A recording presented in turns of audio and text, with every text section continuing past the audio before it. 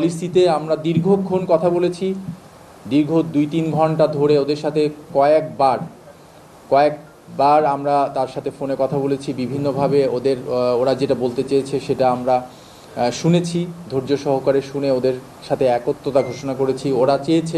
ওরা সেই সময় যে বক্তব্যটা দিয়েছিল সেটার প্রতি আমি ওদের সমর্থন দিয়েছিলাম, কারণ ওরা বলেছিল যে একজন মৃত্যুসজ্জায় একটা রোগীকে, কিডনি পেশেন্টকে বাঁচানোর জন্য তাদের টাকা দরকার, এই টাকাটা তারা দিতে চায় সেখানে। তো ওইটা জন্য আমরা বললাম, ওকে, তোমরা যে টাকাটা নিয়েছো বা নিতে চাও এখান থেকে নিয়ে আমরা পৌঁছাই দিব, তারপরে তোমরা নিজেদের ঝুঁকি নিবা না, জীবনের ঝুঁকি নিবা না, এবং আমাদের এখানে যাদেরকে তোমরা জিম্মি করেছো, যে সাধারণ মানুষ যারা এখানে জিম্মি হয়েছে তাদেরও যেন কোনো রকমের ক্ষতি সাধন না করা হয়। তো ওরা কথা দিয়েছে, আমাদেরকে ফোনে কথা দেওয়ার পরে আমরা তাদেরকে অ্যাপ্রিসিয়েট করেছি, এবং তাদেরকে আমি ছোট ভাইয়ের মতো করে, আমরা অনেক বয়সে অনেক ছোট, ওরা আমাদের সন্তানদের মতো। তো আমরা ছোট ভাই বলে, সন্তান বলে তাদেরকে বারবার বুঝিয়েছি যে তোমাদের এখানে কোনো, তাহলে আমরা দেখছি না যে তোমরা কোনো দোষ করছো, ঠিক আছে, তোমাদের টাকার প্রয়োজন, তোমরা নিচ্ছ, আমরা তোমাদেরকে নিয়ে এই অনেক ধরনের পলিসি যেগুলো আমরা নিই সাধারণত ক্রাইম ম্যানেজমেন্টে, সেইভাবে আমরা কথা বলে তাদেরকে ফাইনালি আমরা কনভিন্স করতে পেরেছি।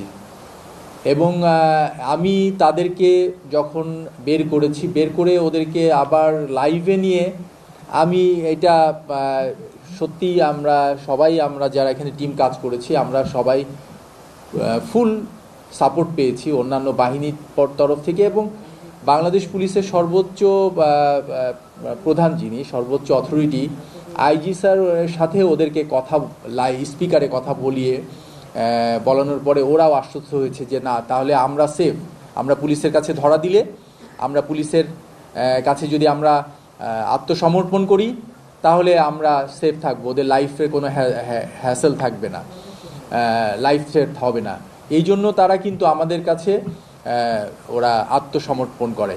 তারা অস্ত্রগুলো, আমি বলেছি আগে, তোমরা আগে অস্ত্রটা দিয়ে দিবা, তারপরে তোমাদের টাকা নিয়ে তোমরা বের হয়ে আসবা, আমরা তোমাদেরকে সম্পূর্ণ সেফটি সিকিউরিটি সব দিয়ে আমরা ওদেরকে গাড়িতে করে নিয়ে এসে, আমরা এতক্ষণ ধরে আপনাদেরকে একটু সময় লাগলো কারণ তাদের অনেক কিছু জিজ্ঞাসাবাদ করে আমাদের কাছে এই পর্যন্ত এখন যতক্ষণ ওদের সাথে কথা বললাম তাতে মনে হয়েছে ওরা বিভিন্ন মুভি এই সমস্ত দেখা বা ভিডিও দেখা, এগুলোর উপরে ভিত্তি করে ওরা একটা অ্যাডভেঞ্চার হিসাবে নিতে গিয়েছে।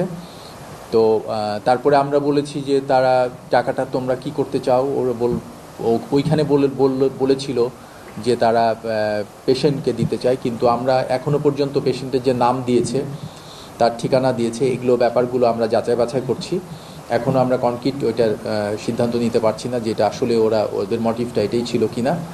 পাশাপাশি ওদের কেউ বলছে, আমরা উদ্ধার করেছি ওখানে যেটা 18 লক্ষ টাকা ওদের ব্যাগ থেকে।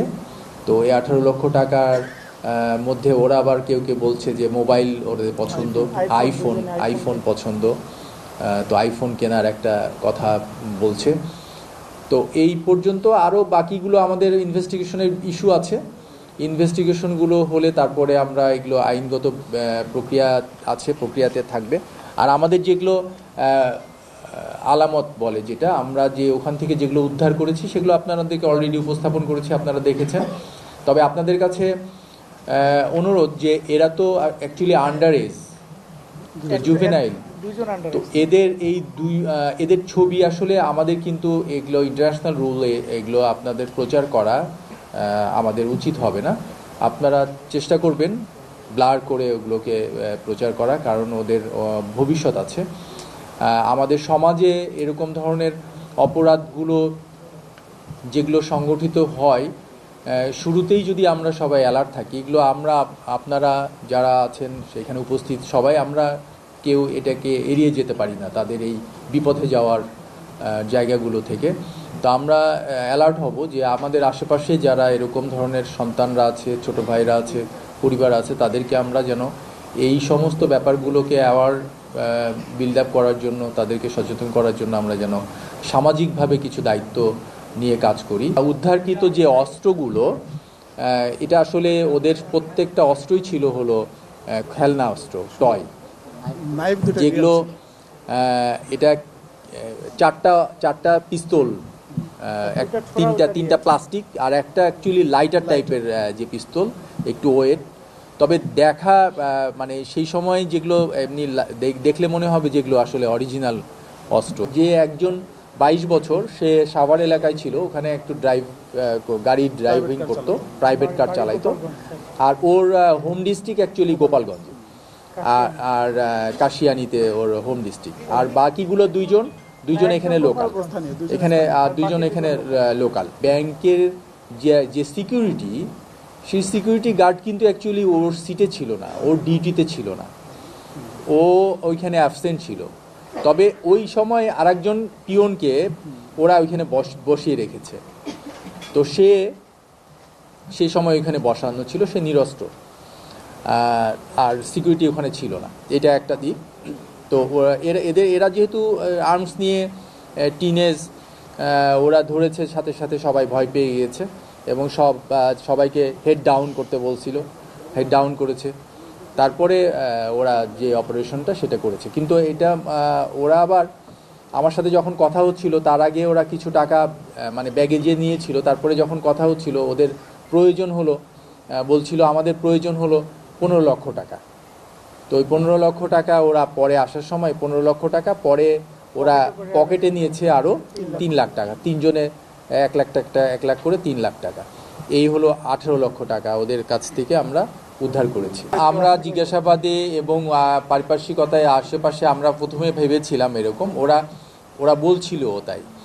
তো পরে আমরা এখানে জিজ্ঞাসা করলাম যে তোমরা তো বললা যে বাইরেও তোমাদের লোক আছে, তো বললো যে না, এগুলো আপনাদেরকে ভয় দেখানোর জন্য বলেছি, যেন আপনারা এটায় থাকেন। তো আমরা আরও কিছু যাচাই বাছাই, ওদের যে একটা মোবাইল আছে ওইটা নিয়ে আমরা আরও কিছু দূর আগাচ্ছি।